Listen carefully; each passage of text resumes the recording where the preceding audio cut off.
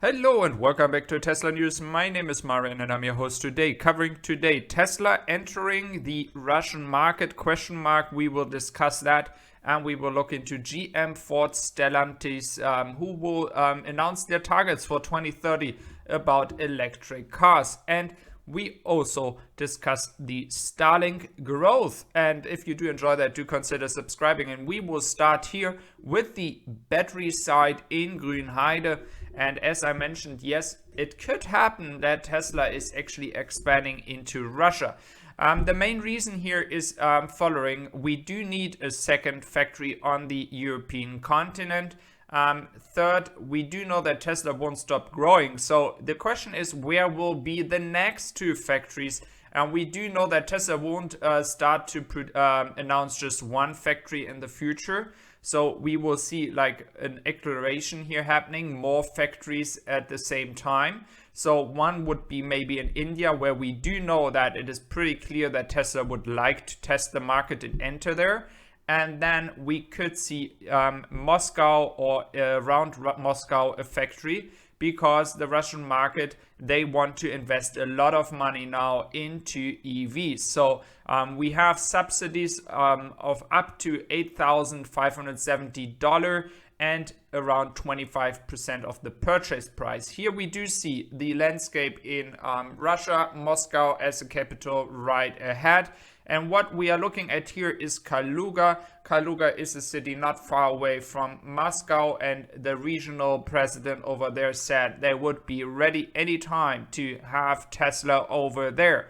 So it would be an interesting move for Tesla to go there, because for Russia it is also pretty interesting because they bring the entire package. They do have not only EVs, they have the energy storage business, and they would bring the superchargers. And here we could see where Tesla could make cars. So if they are near Moscow, they could put the cars down to Turkey, Azerbaijan, Georgia. They could move to Kazakhstan with those. Of course, the amount of people that can afford those cars is not as big, but if you take the entire population of all those countries together, there is still a market. And Grünheide, on the other hand, could be supporting the west side of the European continent and produce cars for them. So that would be a smart move from Tesla, but it would be even a smarter move if the announcement comes after we do know that the 25K compact car from China is actually started to be produced. And if they would do that in China, they could do that in Russia as well. And so we have to wait maybe till the end of the year if we really see in autumn, now in September, October, an announcement as the rumors were suggesting. And if that's the case, I mean, then we can talk about 25K as a number where I would say, well, the market would get bigger at least, especially in Russia, in other countries around Russia, that such a small compact car would be interesting for that market. And furthermore, for Russia, it is really important to have a company that is bringing all this supercharging network infrastructure. And of course, Russia could help them to build that. And it would make a lot of sense, because if another car company comes, there's no infrastructure and they don't bring all those materials with them, but Tesla would, and that would be a good way to do that. So please let me know if you think it is a right move, if you think they should do that. Again, personally, I think it could be a smart move to do that. And they would be not far away from Moscow, so they would find a lot of people working there. So let's see what's happening in the future, if that is really going to happen. Elon Musk said in May, April on Twitter that a move to Russia is imminent. And it looks like that the important political persons in Russia would welcome Elon Musk, not only the gentleman in Kaluga, but as well the governor of Moscow has said some comments to convince Elon Musk to get to Russia. Furthermore, as we are looking at Grünheide, Tesla is expanding the supercharger network massively in Germany, especially ahead of the launch of the Model Y. And Of course, we do know that in Shanghai, we are just waiting for the numbers in July. Really excited to see, as the numbers in from the other companies like Xpeng and NIO were really, really good.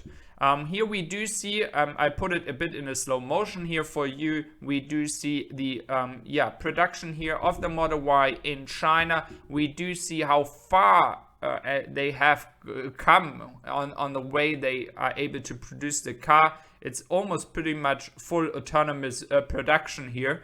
So it's pretty frightening on one hand, but pretty exciting on the other hand, how far they are with the autonomous production here. Looking at the United States, we actually do have some more exciting news here from Starlink. As we know, Starlink will also produce satellites, or the small satellites for the customers at the site here in Austin. We will see that the big three, GM, Ford, and Stellantis, are gonna announce a goal how far they want to get with EVs in the next few years till 2030.